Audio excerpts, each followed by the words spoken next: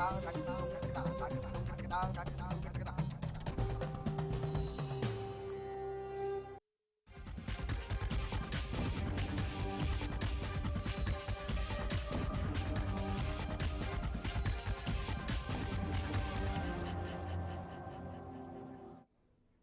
स्वागत है आपका हरियाणा न्यूज पे। आप देख रहे हैं खास खबर, आपके साथ मैं हूं भुवन शर्मा। खास खबर में आज हम बात मैं हरियाणा पूछता हूं। जी हां, हरियाणा 49 साल पूरे कर चुका है, यानी कि 50वें साल में हरियाणा ने प्रवेश कर लिया है। क्या कुछ हरियाणा की चुनौतियां हैं? हरियाणा किन मुद्दों को लेकर जूझ रहा है? हरियाणा ने कितना पाया और कितना खोया?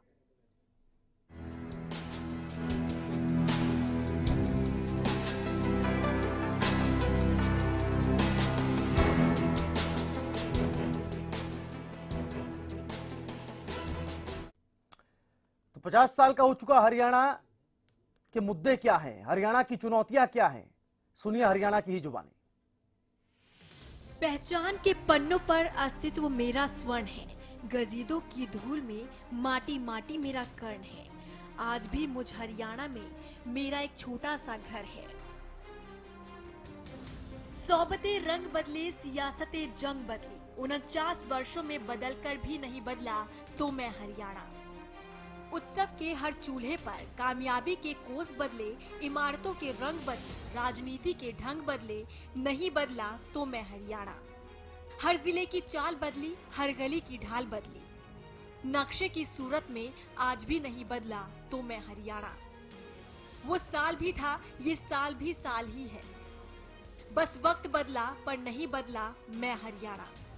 लाहौर की कल्पना से पहचान तक और पहचान से नाम तक के सभी दौर संघर्ष की शाम में गुजरे, और एक दिन वो भी था जब मैं हरियाणा अस्तित्व में आया। 1 नवंबर 1966। हरियाणा ने क्षेत्रीय भेदभाव का सितम संयुक्त पंजाब में रहते हुए ही सहा था, लेकिन कायदे आजम हरियाणा की सूरत पर विकास की बिंदी लगा ही नहीं पाए। 49 वर्षों में हरियाणा ने 10 मुख्यमंत्री देखे, इमरजेंसी की क्रूरता भी देखी, 1997 की हलचल को भी देखा, हरित कदमों पर झूमते किसान भी देखे, तो कर्ज तले दबे किसानों की व्यथा को भी जाना। शिक्षा, स्वास्थ्य, समाज कल्याण, उद्योग व्यापार, कृषि विकास, बेरोजगारी, खेल, तमाम पहलुओं पर गहनता और हकीकत बतलाती है कि हिस्सा मिलने के बाद हरियाणा को वो नहीं मिला जिसका वो हकदार है। मजबूर से मजदूर बनता किसान हो या फिर शिक्षा के गिरते स्तर पर आंसू बहाता भविष्य, कटु सत्य है कि हरियाणा आज भी मूल विकास के लिए तरस रहा है। नक्शे पर गढ़े 6500 गांव की सूरत पर लगा पिछड़ेपन का धब्बा भी कोई नहीं मिटा पाया है। 24 घंटे बिजली का सपना हो या फिर पानी की समस्या, महिला सुरक्षा का मुद्दा हो या फिर महंगाई की मांग, हरियाणा के रंग बदले लेकिन नहीं बदला तो मारा हरियाणा। हरियाणा के होनहारों ने झंडा बुलंद तो किया, लेकिन बदले में बदलाव नहीं मिल पाया। खिलाड़ियों ने पहचान दिलाई तो चमका भी हरियाणा। गुड़गांव फरीदाबाद के नाम पर दमका भी हरियाणा। प्रति व्यक्ति आय में अव्वल बनकर तो कभी आंकड़ों में बढ़ चढ़ कर फिसला भी हरियाणा। 49 सालों में रंग तो कई बदले, लेकिन बदल कर भी नहीं बदला मैं हरियाणा। हरियाणा न्यूज के लिए भरत श्रीवास्तव के साथ ब्यूरो रिपोर्ट। हरियाणा की जुबानी आपने जाना हरियाणा का हाल। 49 साल पूरे कर चुका हरियाणा आज किस जगह पर खड़ा है? आखिर दूसरे राज्यों की अपेक्षा, जब दूसरे राज्यों का गठन हुआ तो क्या उसकी अपेक्षा हरियाणा उनसे आगे निकल पाया, या हरियाणा को वो तमाम चीजें मिल पाई जिसका वो हकदार है? ऐसे ही मुद्दों को लेकर हम चर्चा करेंगे। हमारे साथ राजनीतिक विश्लेषक महिपाल सिंह जी स्टूडियो में हैं। महिपाल जी, स्वागत है आपका। नमस्कार। इस रिपोर्ट को आपने देखा। आज जब हम इस मुद्दे पर बात कर रहे हैं, उस मुद्दे पर मंथन कर रहे हैं, तो वजह है हरियाणा के 49 साल पूरे होना, और वजह हरियाणा में नई सरकार जो मैंडेट के साथ आई उसका 1 साल पूरा होना। आप किस नजरिए से देखते हैं इस 49 सालों को और गवर्नमेंट के 1 सालों को, जो नई गवर्नमेंट आई जिससे नई उम्मीदें बंधी?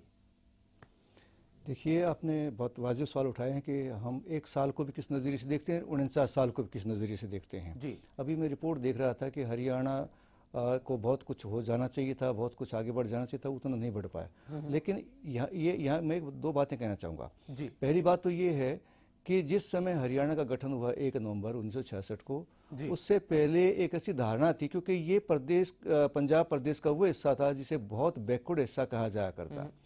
इन्हीं इलाकों में जहाँ आप खड़े हैं गुड़गांव में, जी। इन्हीं इलाकों में पानी की कमी थी, इन्हीं इलाकों में धूल मिट्टी होती थी, इन्हीं इलाकों में किसी प्रकार की सुविधाएं नहीं होती थी। आज वही गुड़गांव, वही फरीदाबाद, वही हरियाणा उन्नति की नई इबारतें लिखी हैं उसने। हरियाणा ने तरक्की में कोई कमी नहीं छोड़ी, बहुत तरक्की हुई है। हरियाणा देश का पहला राज्य था जिसने 1 नवंबर 1970 को पूरे हरियाणा के हर गांव बिजली पहुंचा दी थी। ठीक है, उसका दूसरा पहलू ये भी है कि बिजली के कनेक्शन तो पहुंच गए हैं, लेकिन हरियाणा के पास अपनी जरूरत की बिजली की पूरी बिजली पैदा नहीं कर पा रहा है। उसे बाहर से उधार भी लेनी पड़ती है, मोल भी खरीदनी भी पड़ती है। उसके बावजूद हरियाणा में 12-14 घंटे से ज़्यादा बिजली नहीं मिलती। ये दो अलग अलग पहलू हैं। हर गांव, हरियाणा का हर गांव सड़क से जुड़ा हुआ है। हरियाणा के हर गांव में स्कूल है। हरियाणा जब बना तो हरियाणा में केवल एक मेडिकल कॉलेज होता था, 7 मेडिकल कॉलेज हैं। हरियाणा में जिस समय हरियाणा अलग हुआ तब एक यूनिवर्सिटी होती थी, आज हमारे से करीब 100 से ऊपर यूनिवर्सिटीज़ हैं। तो इस इंजीनियरिंग कॉलेजों की तादाद बढ़ गई है। तो इस तरह से ऐसा नहीं कि हरियाणा तरक्की नहीं की है, लेकिन हो सकता है कि उस रफ्तार से नहीं की जिससे हो सकती थी। अभी एक बात उठी थी, पानी की बात। पानी के को एक तरीका, आज से आप पिछले चले जाइए 50 साल पहले, हमारी पीढ़ी के जिन लोगों ने देखा है, गाँव में 99% गाँव में पीने का पानी कुएं से आता था। मैं उसी पे आ रहा था। महिपाल जी, आपने मेरी बात को ये कह सकते हैं कि अपने उस मुद्दे को ग्रैब कर लिया। मेरा सवाल ये था, अगर हम गुड़गांव की बात करते हैं, अगर हम तरक्की पसंद हरियाणा की बात करते हैं, तो उसमें गुड़गांव फरीदाबाद का नाम इसलिए आता है क्योंकि वो दिल्ली से सटे इलाके हैं और वो एनसीआर क्षेत्र में आते हैं। हम गुड़गांव से थोड़ा सा आगे आए तो मेवात में हम पहुंचते हैं। आधे घंटे पहले यही टॉपिक हम लोग हल्ला बोल के जरिए हम लोगों से जुड़े थे और उसमें हमने एक गांव का हाल जाना। जोगीपुर नाम का मेवात का एक गांव है जहां 1 साल से पानी की पाइपलाइन पड़ी हुई है, लेकिन उसके बावजूद वहां पानी की सप्लाई नहीं है। जो वहां की महिलाएं हैं जिनको घर की जरूरतों के लिए पानी चाहिए, वो जंगल में जाके कुएं से पानी लाती है। एक सत्य ये भी है, एक तरफ आपकी साइबर सिटी और उसी से साथ लगता इलाका मेवात और वहां पर इस तरह का सूरत हाल। तो ये एक डिफरेंस, एक जो गैप है शहरों में ग्रामीण इलाकों में, वो कितना क्यों बड़ा हरियाणा के अंदर? जी, मैं आपको पहले बता चुका हूँ कि 2 रूप हैं हमारे। पहली मैंने यही बात पहले की थी कि आज से अगर 50-60 साल पहले लौटें तो वहीं गांव की महिलाएं तब भी कुएं से पानी लेके आती थी। 90% गांव नहीं, 99% गांव में उस समय कुएं से पानी लेके आया करती गांव में। इवन शहरों में भी लेके आया करती जी। इवन शहरों की महिलाएं भी, शहरों के जो बाहर के क्षेत्र थे उनकी महिलाएं भी कुएं से पानी लिया करती। आज तकरीबन हर गाँव में पोर्टेबल पानी है, पीने योग्य पानी सरकार ने पहुंचा। कुछ गांव बचे होंगे जिनमें नहीं पहुंच रहा होगा, ये मैं मानता हूं। मैं तरक्की की वो नहीं, सरकार की बहुत ज्यादा तारीफ नहीं कर रहा हूं, लेकिन जो हुआ उसे भी हमें अनदेखी नहीं कर सकते। ठीक है, आपने एक गांव का जिक्र किया कि वहाँ पानी नहीं, और भी कुछ गांव ऐसे हो सकते हैं, अगर 20, 30, 50 गांव होंगे जहाँ पानी ठीक नहीं पहुंच रहा होगा, लेकिन सरकार की ओर से प्रयास हर स्तर पे होते रहे हैं। कई चीजें ऐसी हैं जो छूट गई हैं हमारे उसमें, इसमें क्या कहते हैं, तरक्की के रास्ते में। हम अपना हिस्से का पानी पंजाब से नहीं ले पाए। हमें 1976 से इस बात से लड़ रहे हैं कि हमारे हिस्से का पानी मिले, SYL नहर कंप्लीट हो। हमने हरियाणा में तो कंप्लीट कर दी, पंजाब के हिस्से में 112 किलोमीटर अभी भी यूं खड़ी हुई है। लेकिन सवाल यह है कि जब हमें वहाँ से पानी नहीं मिलता, ऊपर से दबाव आ जाता है भारत सरकार का कि दिल्ली को पूरा पानी दिया जाए, तो कटौती किसके होगी? हमें वहाँ से पानी मिल नहीं रहा, यहाँ दिल्ली को देना पड़ रहा है, तो ये कटौती हमारे हिस्से से ही होगी ना। तो ठीक है, पानी के एक समस्या है, बिजली एक समस्या है, सफिशिएंट बिजली नहीं है, सफिशिएंट पीने का पानी नहीं है। अभी भी कुछ ऐसे क्षेत्र हैं साउथ हरियाणा के महेंद्रगढ़ में, रेवाड़ी में, जहाँ नहरी पानी भी पूरा नहीं पड़ा खेतों के लिए। वहीं एट द सेम टाइम मैं ये भी कहूँगा कि यही हरियाणा है जिसने देश को नहीं दुनिया को राह दिखाई। लिफ्ट इरिगेशन स्कीम, ये महेंद्रगढ़ भिवानी के ऊंचे टीबों के ऊपर पानी चढ़ाना भी हरियाणा के ही इंजीनियर्स का कमाल था कि उन्होंने उन टीबों के ऊपर, जो उम्मीद भी नहीं करता था कि इन टीबों के ऊपर भी कभी पानी चढ़ जाएगा, वहाँ लिफ्ट इरिगेशन स्कीम के जरिए पानी चढ़ाया।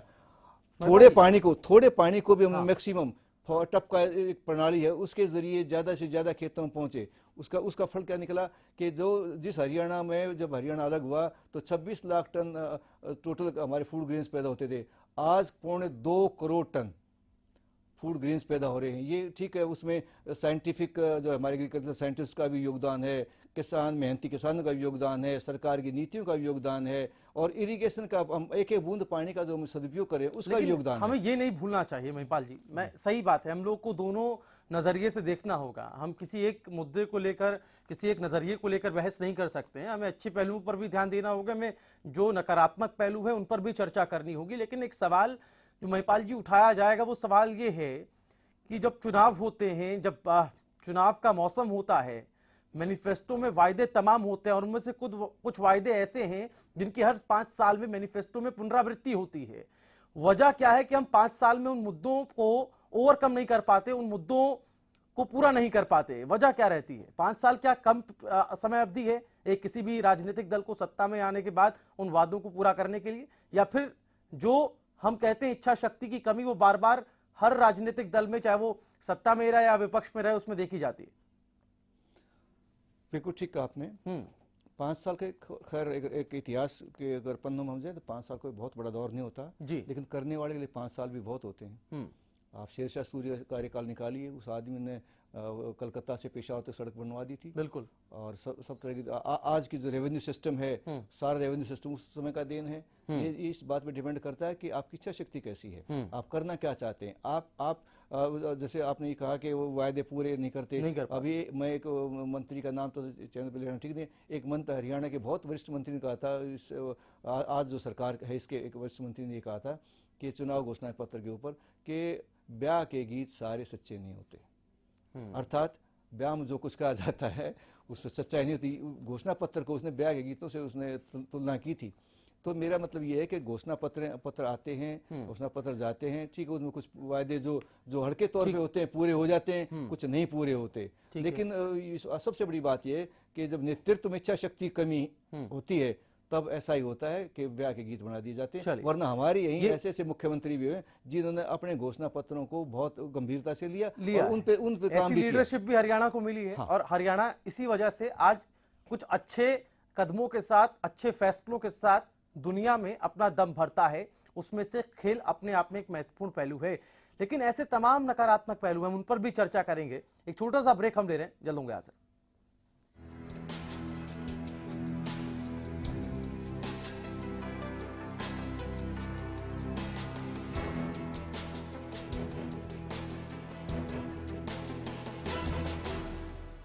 हरियाणा एक वर्ष सर्वत्र हर्ष।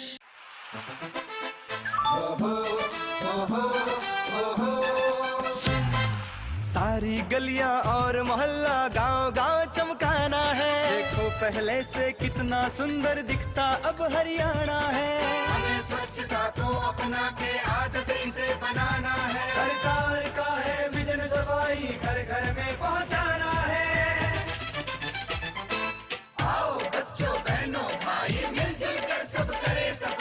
अपने 1 साल के कार्यकाल में हरियाणा सरकार ने स्वच्छ हरियाणा अभियान चलाकर प्रदेश को साफ सुथरा और सेहतमंद बनाने का बीड़ा उठाया है। गांव-गांव के हर घर में शौचालय बनवाने के लिए दी जाने वाली आर्थिक सहायता को पहले से ज्यादा कर दिया है। हरियाणा को स्वच्छ बनाने में हमारी भी है भागीदारी।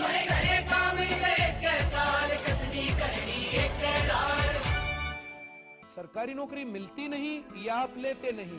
बेरोजगार रहने के 2 कारण हैं, या तो आप कोशिश नहीं कर रहे या आपकी दिशा गलत है।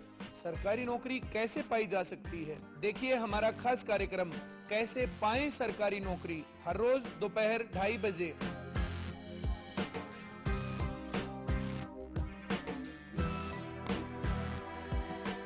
गुलमोहर सिटी NH65 पर स्थित कैथल की सबसे सुंदर टाउनशिप अब आपके लिए लेकर आए हैं फ्री होल्ड प्लॉट्स, विलास और इंडिपेंडेंट फ्लोर्स।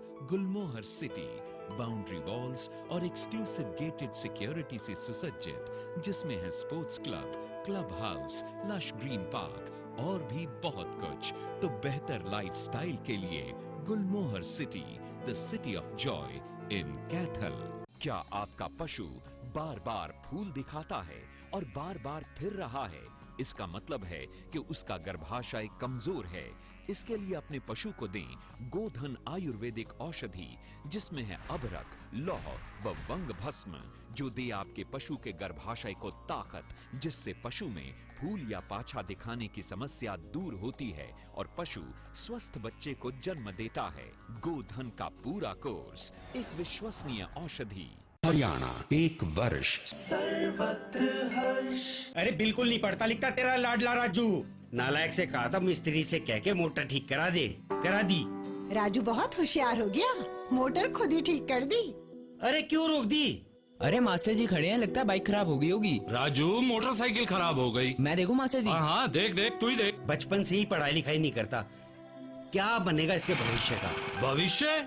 मुझे दिख गया इसका भविष्य। हमारी हरियाणा सरकार ने कौशल विकास मिशन का गठन किया है, जिसके तहत छात्र छात्राओं को तकनीकी प्रशिक्षण देकर रोजगार के काबिल बनाया जाएगा। ये ले, इसमें ऑनलाइन एडमिशन भी है। अपने हुनर को पहचानो, हो जाओ तैयार।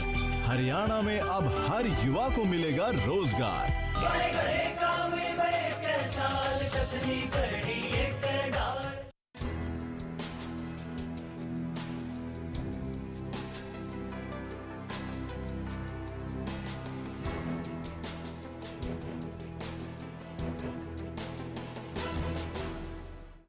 ब्रेक के बाद एक बार फिर आपका स्वागत है। मैं हरियाणा पूछता हूं। हरियाणा इसलिए पूछ रहा है वो तमाम सवाल जो उसके जहन में है। 50 साल में वो प्रवेश कर गया, 49 साल पूरे कर गया हरियाणा। ऐसे में जो उसकी चिंताएं हैं, जो उसके मुद्दे हैं और जो उसके सामने चुनौतियां हैं और जो उसका मिजाज है, जो वक्त के साथ बदला है, चाहे उसमें राजनीतिज्ञों की भूमिका हो, चाहे उसमें समाज सेविकों की भूमिका हो, चाहे उसमें हर मोर्चे पर हम बात करें। हरियाणा तरक्की भी कर रहा है, लेकिन हरियाणा कई मसलों को लेकर, कई मामलों को लेकर, कई मुद्दों को लेकर दौड़ में पिछड़ भी रहा है। महिपाल सिंह हमारे साथ, पॉलिटिकल एक्सपर्ट, जो इस पूरे मामले पर विश्लेषण कर रहे हैं, वो हमारे साथ लगातार स्टूडियो में है। महिपाल सिंह जी, एक चिंता ये है, जो वादा खिलाफी की हम बात कर रहे थे, शुरुआती दौर जब हरियाणा का था, जब हरियाणा का गठन हुआ, उसके बाद तमाम लीडरशिप हरियाणा के अंदर आई। बहुत अच्छे लीडर्स भी आए, जिन्होंने लोगों से किया गया वायदे के तौर अपने उसको कमिटमेंट के तौर पर लिया और उसको डिलीवर करने की पूरी कोशिश की। लेकिन उसके बाद जब वक्त बदलता गया, तो आपको क्या लगता है, हाल तक ऐसे मुद्दे जिनको चुनाव में खूब उठाया गया, लेकिन वक्त आने पर उनको डिलीवर नहीं किया गया, लोगों और पॉलिटिशियन के बीच, जनता और पॉलिटिशियन के बीच एक विश्वास की कमी कहीं ना कहीं घर कर गई है, जो आने वाले वक्त में लोकतंत्र के लिए खतरा हो सकता है? देखिए, आपने ठीक बात कहा कि नेताओं को कोई भी ऐसी बयानबाजी नहीं करनी चाहिए, कोई ऐसी कमिटमेंट नहीं करनी चाहिए। चुनाव में घोषणा पत्र बनाते समय इस बात का ध्यान रखना चाहिए कि हम जो चुनाव घोषणा पत्र बना रहे हैं, हम उसको लागू कर पाएंगे कि नहीं कर पाएंगे। भले ही वो लोग सत्ता में आए ना आए, लेकिन जनता को बरगलाने से क्या होता है कि उनकी विश्वसनीयता घट जाती है। और विश्वसनीयता केवल उस पार्टी की नहीं घटती, बल्कि सारे जो नेता वर्ग है, सारी जो राजनीति है हमारी, उसी पर से लोगों का विश्वास उठ जाएगा। अगर ऐसा होगा तो ये देश के लिए काफ़ी घातक होगा, डेमोक्रेसी के लिए काफ़ी घातक होगा। तो यही अच्छी बात यही है कि वो सच बोलें, लोगों से ईमानदारी से पेश आएँ। कुर्सियाँ आती रहती हैं, जाती रहती हैं, राज आते रहते हैं, जाते रहते हैं, सत्ता परिवर्तन होते रहते हैं। जो लोग आज सत्ता में नहीं हैं, वो पहले सत्ता में थे, जो आज हैं वो नहीं थे। तो ये अल्टा पलटी होती रहती है। बेसिक चीज़ ये है कि आप वही वायदे कीजिए। वर्तमान सरकार ने जो है, इसने जो वायदे किए थे, सबको याद है कि भाई स्वामीनाथन कमीशन की रिपोर्ट लागू करेंगे। आज कहते हैं हम तो कर ही नहीं सकते। अरे क्या तुम इतने अनजान थे कि तुम ये मालूम था कि तुम नहीं कर सकते हो लागू? स्टेट गवर्नमेंट सेंट्रल गवर्नमेंट करेगी। सेंट्रल गवर्नमेंट उसमें सुप्रीम कोर्ट में कहती है कि हम नहीं कर सकते। तो तुम लोगों क्यों मिसगाइड कर रहे थे? यहाँ रास्ते रोके गए, रेलें रोकी गई, आंदोलन किए गए स्वामीनाथन के लिए। ओल्ड एज पेंशन को बढ़ा दिया जाएगा, 2000 रुपये कर दिया जाएगा, तब तो किसी ने नहीं कहता। पेश क्यों घुमाते हो? सच्चाई से बात करिए, ईमानदारी से बात करिए। हमारे साथ हम काफी टाइम से इस पर किसी राजनेता का इन्वॉल्वमेंट नहीं हुआ। कृष्णमूर्ति हुड्डा हमारे साथ, कांग्रेस के प्रवक्ता, फोन लाइन पे हैं। कृष्णमूर्ति हुड्डा जी, आवाज आ रही है आपको? हाँ जी, आवाज आ रही है। कृष्णमूर्ति हुड्डा जी, 50वें साल में हरियाणा प्रवेश कर गया है। मेरा सवाल, चूंकि आप एक राजनेता हैं और ऐसे पार्टी से बिलोंग करते हैं जिसने 10 साल हरियाणा के अंदर शासन किया है, जिसकी सरकार रही है, सवाल यह है कि क्या राजनेता, क्या राजनीतिक दल जो सत्ता में होता है वो हरियाणा को अपना मानकर क्या उसके विकास के बारे में सोचता है? अगर सोचता है तो वादे जिनको चुनाव के दौरान उठाया जाता है फिर 5 साल बाद क्यों रिपीट होते हैं मैनिफेस्टो में? देखिए, हमने जो कहा था, हमने वो सारे वादे पूरे किए, लेकिन भारतीय जनता पार्टी की सरकार, इन्होंने तो वायदे सिर्फ इसलिए झूठे किए थे ताकि सत्ता प्राप्त कर लें। अब सत्ता प्राप्त करने के बाद ये भूल गए। जिस प्रकार से इन्होंने कहा था स्वामीनाथन कमीशन की रिपोर्ट लागू करेंगे। कृष्णमूर्ति हुड्डा जी, इस पर हम चर्चा कर चुके हैं। मैं आपसे इतना कह रहा हूं सर, हमारी कोई राजनीतिक बहस नहीं हो रही है, लेकिन चूंकि आप एक बड़े नेता हैं, कांग्रेस में काफी लंबा अनुभव आपको रहा है और आप प्रवक्ता हैं कांग्रेस के, मेरा कहना सिर्फ इतना है आपसे, मैं सिर्फ इतना जानता हूं, एक ईमानदारी के साथ मेरा सवाल और मैं चाहूंगा ईमानदारी के साथ आप जवाब भी दें कि क्यों भारतीय जनता पार्टी जो मौजूदा वक्त में मैंडेट के साथ सरकार में है, सत्ता में है, वो ये कहती है कि हम पिछली सरकार के गड्ढे भरने का काम कर रहे हैं। गड्ढे कहीं ना कहीं थे, तभी तो उन्हें भरने की कोशिश की जा रही है। या फिर कांग्रेस ने जो इस बार मैनिफेस्टो बनाया था उसमें वो पहले वाले वादे नहीं थे जो पिछले मैनिफेस्टो में थे, ऐसा था क्या? नहीं, ऐसा बिल्कुल नहीं था। हमने जितने वायदे किए थे वो सारे पूरे किए। और ये लोग, ये तो 5 साल जब खत्म हो जाएंगे ना, जब भी ये कहेंगे भाई 5 साल तो हमें गड्ढे बढ़ने में लगे, तो ये एक बहाना लगा रहे हैं। और ये बहाना कब तक चलेगा? और यहाँ एक नफरत है लोगों में। मैं इस समय गांव में हूँ, घुसकानी गांव में हूँ, और तो जिले के, और यहाँ के किसान मुझे शिकायत आप कर ये रहे कह रहे हैं कि आपकी पार्टी ने किया, इस पार्टी ने नहीं किया। चलिए ठीक है, बहुत शुक्रिया, आप हमारे साथ जुड़े, वक्त की कमी है। आखिरी कमेंट सर आपसे चाहूंगा महिपाल सिंह जी। कृष्णमूर्ति हुड्डा कांग्रेस पार्टी से जुड़े हुए, आपको लगता है वाकई में ऐसा हुआ है? 3 चीजें हैं। हाँ, पहली बात तो ये है कि ठीक है, हम चुनाव घोषणा पत्र से बढ़ के इस बात पे जाते हैं कि हरियाणा ने वास्तव में खूब तरक्की की है। जब हरियाणा बना तब ये कहा जाया करता कि हरियाणा जो बंद तो जाएगा, लेकिन यहाँ की जो सरकारें हैं वो अपने एम्प्लॉय को भी वो नहीं दे पाएंगे, तनख्वाहें नहीं दे पाएंगी। आज हरियाणा देश के उन राज्यों में से एक है जिन्होंने काफी तरक्की की है। लेकिन एट द सेम टाइम मैं ये भी कहना चाहूंगा कि इससे भी बेहतर हो सकता था। आज बिजली के मामले में हम सेल्फ सफिशिएंट नहीं है, पानी के मामले में सेल्फ सफिशिएंट नहीं, वो तो दूसरे की बात है कि हमें अब हमारे से पानी बाहर से नहीं मिला, बिजली हम बाहर से ले सकते थे। वर्तमान सरकार ने जो घोषणा पत्र में दिए थे एम्प्लॉयज के पंजाब पैटर्न पे स्केल देने का, वो उन्होंने पूरा नहीं किया। ठीक है, यहाँ के लोग किसान मेहनती हैं, यहाँ के साइंटिस्ट अच्छा काम करते हैं। स्कूलों की हालत जैसे आपके सामने है कि ठीक है, स्कूल हैं, बिल्डिंगें जर्जर हैं, टीचर हैं वो आधे स्कूल में हैं, आधे में नहीं हैं। हॉस्पिटल में आप जाइए, डॉक्टर हैं, दवाइयाँ नहीं हैं, दवाइयाँ हैं तो डॉक्टर नहीं हैं। यहाँ तक कि पीजीआई रोहतक जैसे मेडिकल कॉलेज में 2 बहुत बड़े नेताओं को जिस तरह से मौत हुई है उनमें चौधरी चांदराम की मास्टर बहुत सारे हैं, फेहरिस्त बहुत लंबी है और वक्त बेहद कम है, लेकिन और बेहतर हो सकता है। हाँ चलिए, हमारे यहाँ पोटेंशियली कोई कमी नहीं है। चलिए, इच्छा शक्ति की बात बहुत बार की जा रही है। महिपाल सिंह जी सर, मैं माफी के साथ सर आपको रोक रहा हूं, हमारे पास वक्त की कमी है और ये वाजिब बात है जो आखिरी में आपने कही कि इच्छा शक्ति की कमी, एक विलिंगनेस की पावर होनी चाहिए, वो अभी भी लीडरशिप में नहीं देखी जा रही है। जरूरी है कि सरकार वो जो इच्छा शक्ति की बात है वो लाए। तो फिलहाल इस प्रोग्राम में इतना ही। महिपाल सिंह जी, आप हमारे साथ इस पूरी बहस का हिस्सा बने, बहुत शुक्रिया आपका। चलते चलते ये दिखाते हैं अपने दर्शकों को कि 49 साल को छोड़ दीजिए, 1 साल जो मौजूदा सरकार के हुए हैं, बीजेपी के हुए, मैंडेट वाली सरकार के हुए हैं, उसमें हरियाणा आखिर कितना बदला है, देखिए रिपोर्ट। हरियाणा अपने स्वर्ण जयंती वर्ष में आज प्रवेश कर चुका है, तो मौजूदा मनोहर सरकार भी अपना 1 साल पूरा कर चुकी है। जरूरी है हम आज के दिन ये सभी जाने कि इस 1 साल में हरियाणा कितना बदला। बीजेपी ने विधानसभा चुनाव में 150 से ज्यादा वादे किए थे, फिर वो वादा 24 घंटे बिजली का हो या फिर 10वीं 12वीं के विद्यार्थियों को लैपटॉप देने का, वादा चाहे कर्मचारियों को पंजाब के समान वेतन देने का हो या पेंशन बढ़ाकर 2000 रुपए करने का। वादे तो कुल 154 थे, लेकिन वादों का फरेब फसानों में फासलों को बढ़ाता गया। घोषणा पत्र में किसानों को लागत मूल्य पर 50% मुनाफा देने का वादा किया गया, जिस पर सरकार यू टर्न ले चुकी है। बुढ़ापा पेंशन 2000 करने का वादा किया गया, लेकिन सरकार में आने के बाद 200 रुपए की मामूली बढ़ोतरी करके इस फैसले को भी टाल दिया गया। कर्मचारियों की रिटायरमेंट उम्र घटा दी गई, जिस पर काफी बवाल हुआ। पंजाब के समान वेतनमान के फैसले पर रोक लगा दी गई और मामला आगे के लिए बढ़ा दिया गया। गेस्ट टीचर्स को नियमित करने का वादा करके भी पक्का करने के लिए कोई नीति नहीं बनाई गई। पंचायत चुनाव एक्ट में संशोधन किया गया, मामला अभी कोर्ट के विचाराधीन है। महिला थानों की शुरुआत तो कर दी गई, लेकिन इससे संबंधित कोई ठोस नीति पर काम नहीं किया गया। ओलंपिक, एशिया और अन्य दूसरे खेलों में पदक लाने वाले खिलाड़ियों के लिए नई खेल नीति में राइट टू जॉब का प्रावधान किया गया। बेटी बचाओ बेटी पढ़ाओ योजना लागू हुई, लेकिन योजना को प्रभावी ढंग से लागू करने के लिए जागरूकता अभियानों पर जोर नहीं दिया गया।